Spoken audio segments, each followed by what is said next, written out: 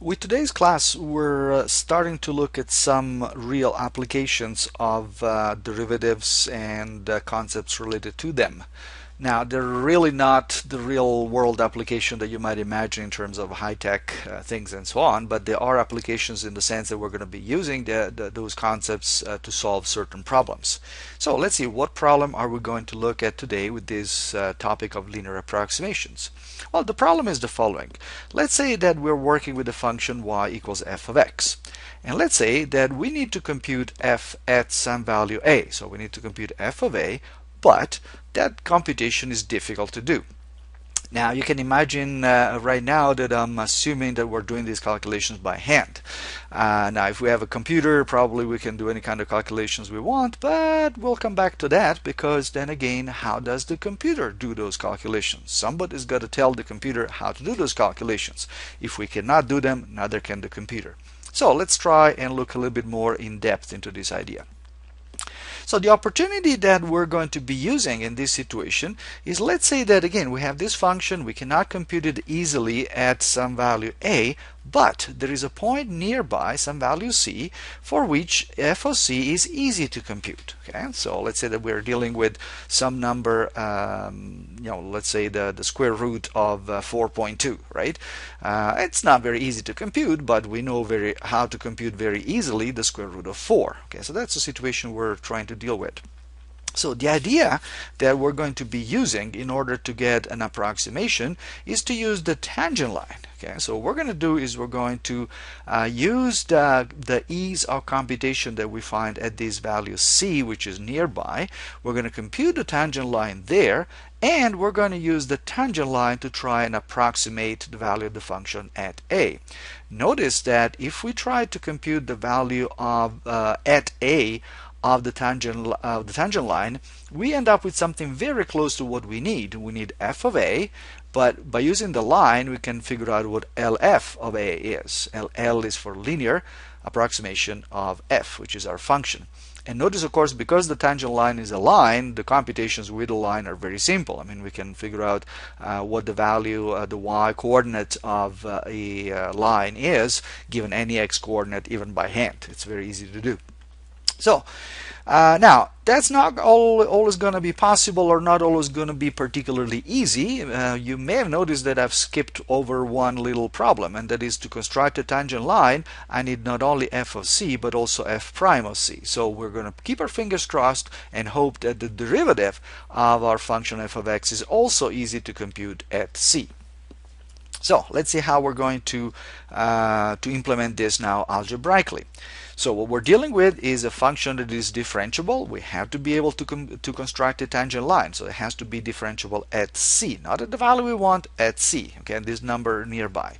And let's say that h is a small number, so that a is going to be equal to c plus this little number. And you may already start hearing echoes of the definition of derivative here, right? In fact, because the function is differentiable, at c we have that the derivative, by definition, the derivative of the function at that particular point is going to be equal to the limit as h approaches 0 of f of c plus h minus f of c over h. Which means that if we take away the limit, and if we consider a value of h which is not approaching 0 but is some kind of finite but small number, then the derivative at c is going to be approximately equal to just f of c plus h minus f of c over h. Now, look at what we have here, the way we have defined things. C plus h is what we have here, and it's actually equal to a. And conversely, and also h can also be obtained from this formula as a minus c. So what we can do is we can rewrite that formula as f of a minus f of c over a minus c. If you've actually paid attention to the textbook and gone a little bit more in depth with respect to what I've done in class, you may recognize this as the alternative formula for the definition of a derivative. Okay, that's not important though. If you have skipped it at that time, that's okay. Now we can do some algebra here.